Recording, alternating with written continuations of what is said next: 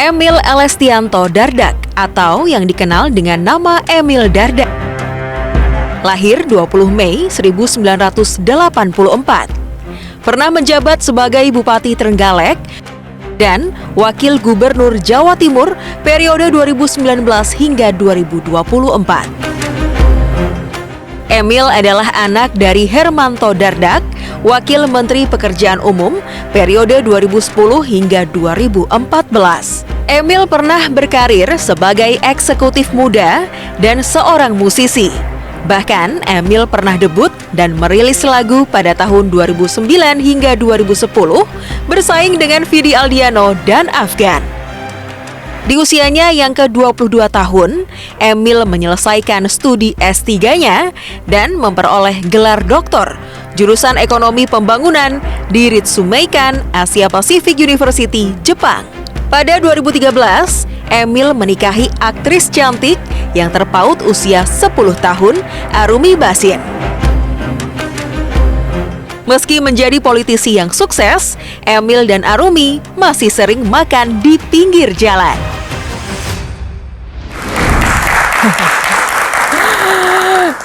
Tadi dengan profil yang keren tadi masih suka makan di pinggir jalan, itu beneran atau pencitraan, Mas Emil? Nah, pertama menurut saya nggak ada yang terlalu unik ya, karena saya punya banyak kenalan orang-orang baik itu di politik maupun di luar politik juga hobi makan di pinggir jalan sebenarnya gitu. Oke, kalau menurut Bang Kohar gimana? Ya sama aja. Jadi kalau saya lihat sih apa yang dilakukan oleh Mas Emil Dardak ini atau Cak Emil Dardak ya. Kebetulan saya juga lahir di Jawa Timur, di Kertosono Nganjuk.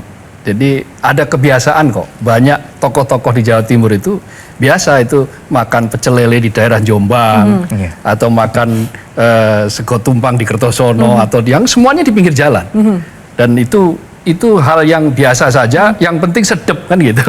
Yang penting sedep bisa berbau dan kadang-kadang bisa ketemu dengan siapapun, berjabat tangan itu biasa. Apalagi Jawa Timur itu kan terkena dengan egalitarianisme ya. Egaliter lah, orangnya egaliter. Jadi orang-orang sosok yang kadang-kadang agak terlalu priayi gitu malah agak susah. Nah, kalau sosok-sosok seperti Mas Emil Dardak ini seperti apa, Bang Kohar? Saya banyak berbicara dengan beberapa kawan, beberapa teman yang dulu teman sekolah di ini. Ya mereka rata-rata mengapresiat lah dengan kepemimpinan Jawa Timur yang sekarang. Cuma saya tadi tergelitik meneruskan perempuan tadi, boleh nggak? Boleh, di Jawa Timur. boleh Nah dong. gini, Mas Emil ini kan kakeknya kiai ya. Pak Muhammad Dardak itu kiai, kiai NU lah, terkenal di Jawa Timur. Lalu kakek dari pihak ibu itu adalah Pak Wiluyo, legend Wiluyo itu adalah gubernur Lemhanas pertama kali era Bung Karno. Tolong dikoreksi kalau saya salah. Nah, konteks saya yang soal kiai tadi adalah begini, kan masih ada itu di Jawa Timur itu hidup pandangan bahwa pemimpin perempuan itu haram. Setidak-tidaknya masih ada yang berpandangan seperti itu. Nah, kalau menghadapi hal-hal semacam itu dengan katakanlah pendekatannya pendekatan fikih gitu. Kalau ada yang masih percaya itu dengan pendekatan fikih, apa itu jawabannya Mas Emil? Saya rasa tentunya pertama serahkan pada ahlinya. Saya ada langsung terngiang sebuah ayat yang saya nggak berani sebut karena makom ilmunya itu biasanya dimiliki kiai, biar kiai menjawab. Jadi pada saat kita sekarang melihat bahwa misalnya contohnya Bu Khofifah adalah seorang wanita, kemudian yang mengiringi jalannya Ibu Khofifah pada saat mencalonkan dan saat memerintah juga, saat menjabat juga beliau banyak minta nasihat para kiai dan ibu nyai. Kelihatannya itu salah satu yang harusnya bisa menjadi sebuah rujukan gitu loh, bahwa ini sesuatu yang masih bisa jangan berdebat lah bahasanya ya, tapi masih bisa dibicarakan, masih bisa didiskusikan dalam menyikapi pandangan ini. Artinya pada akhirnya sekali lagi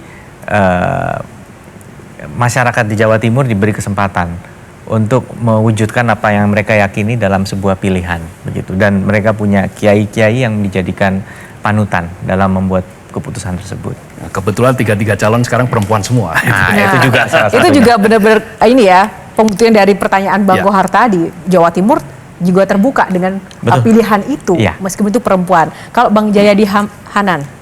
Mas Emil politisi yang sabar kayaknya ya. Kenapa Bang Jayadi mengatakan demikian? Udah 8 tahun, 5 tahun jadi wakil gubernur. Biasanya kan nyalon jadi gubernur dong. Udah 5 tahun. Biasanya iya. Seperti itu Sebagian habitnya, besar kepala daerah sama wakil itu pecah kongsi biasanya, ya kan? Gitu.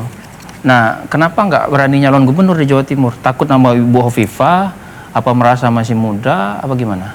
Ya jujur sih kenyataannya memang saya pakai perhitungan juga satu, tapi dua gini lah, maksudnya saya coba bangun sama keluarga, jangan bertahan di politik karena kayak nggak ada jalan hidup lain aja gitu loh. Saya masih alhamdulillah mencoba berinvestasi dalam konteks maksudnya masih punya pegangan untuk berkarir misalnya di dunia keuangan atau di akademik misalnya gitu masih ada gitu. Jadi kalau nggak happy ya nggak mungkin saya paksain gitu. Jadi ini bukan sekedar nggak berani tapi saya masih happy. Oke, baik, Kang Maman. Tapi saya tertarik dengan yang tadi berkaitan dengan perempuan. Sepakat nggak kita bahwa ibu rumah tangga itu profesi? Gimana ya definisinya? Maksudnya artinya dia juga adalah pekerjaan sebagaimana pekerjaan yang lain. Dunia butuh parents. Parenting butuh, bahwa itu diasosiasikan dijalankan oleh ibu atau bapak itu urusan kedua ya. Tapi saya setuju bahwa caretaker rumah tangga adalah profesi yang mulia yang dibutuhkan negara, betul, saya setuju. Oke, lalu bisa nggak diperjuangkan oleh Mas Emil di Jawa Timur misalnya perempuan sebagai profesi ibu rumah tangga bisa mengakses hal-hal yang selama ini susah diakses karena dia bukan profesi, mengakses bank susah, padahal dia 3 bulan ditinggal suaminya sebagai nelayan, dia justru adalah kepala rumah tangga, tapi untuk mengakses bantuan susah karena belum dianggap sebagai profesi misalnya. Kita punya ada program untuk kepala rumah tangga perempuan, tapi itu kan kalau dia jadi single parent ya. Gitu. Kalau single parent tentu penting sekali gitu, bahwa sebagai single parent otomatis apapun status profesinya dia dianggap sebagai tulang punggung, itu ada. Tapi bagi yang juga sedang menjadi ibu rumah tangga, pertanyaannya sebenarnya kalau untuk mengakses untuk apa? Kalau untuk modal usaha dia sudah jadi hybrid kan, fungsinya ibu rumah tangga tapi juga dia membantu ekonomi.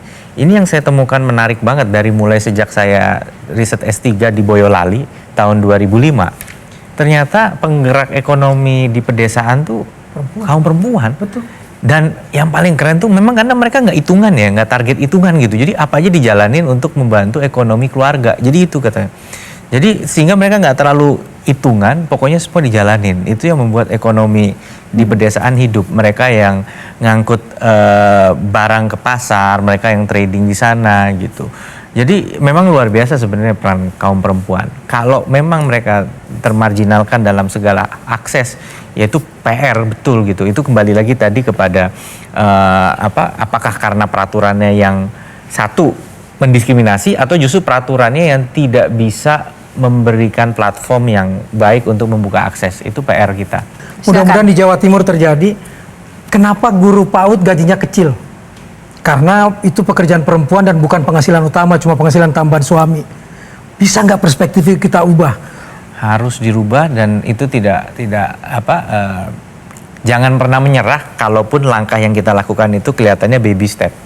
Artinya bahwa pertama Jawa Timur kemarin sempat ramai nih. Dan langsung alhamdulillah ya, kebetulan karena kami juga masih punya akses ke teman-teman di legislatif ya, di DPRD provinsi, mungkin Mbak Wanda sekali lagi pernah pengalaman di DPRD tingkat provinsi juga, itu sempat ramai karena memang PAUD itu sebenarnya kewajibannya di level bupati, gitu, dan desa, harusnya dana desa itu juga diminta untuk PAUD gitu. Tapi akhirnya untuk insentif nih, Pemprov ngasih insentif guru PAUD, jadi udah real nih. Kenapa? Itu bentuk penghormatan kami. Harusnya kan Ingarso Sungtulodo dong. Betul. Kalau provinsinya ngasih, bawa ikut gitu. Nah akhirnya kan kita bilang tiba-tiba sekarang tuh ada undang-undang hubungan keuangan pemerintah daerah. Dibalik nih pajak kendaraan bermotor yang katakanlah nih angka kasarnya pemerintah provinsi biasanya dapat 70%, kemudian 30% dibagi kabupaten kota, ini diputer. Sekarang kabupaten kota dapat sekitar 65-nya, 35-nya ke provinsi. Dan ini berdampak mungkin hampir 4 triliun pengurangan PAD di Jawa Timur. Pasti kan harus kita tata lagi nih yang kita sifatnya Ingarso Sungtulodo. Tapi karena kemudian ini menimbulkan kekhawatiran besar ya itu kita tunda tidak dilakukan rasionalisasi gitu, karena pentingnya tadi bahwa oke, kita cari ruang-ruang efisiensi yang lain lah gitu, jangan dulu guru PAUD ini udah kasihan banget gitu. Dan itu yang menarik tadi yang Kang Maman sampaikan, apa jangan-jangan hari ini kita bersyukur ya ada yang mau didik anak-anak kita di usia dini karena mereka kaum perempuan yang nggak terlalu hitungan. Tapi kan kita jangan kemudian kita yang ngelunjak ya. Kalau kita yang ngelunjak taken for granted mau jadi apa? Jadi saya setuju dan mudah-mudahan bisa jadi.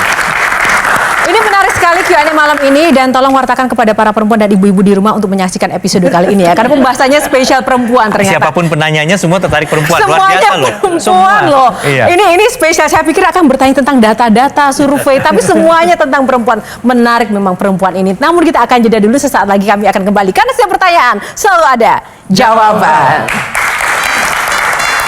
Jelajahi cara baru mendapatkan informasi. Download Metro TV Extend sekarang.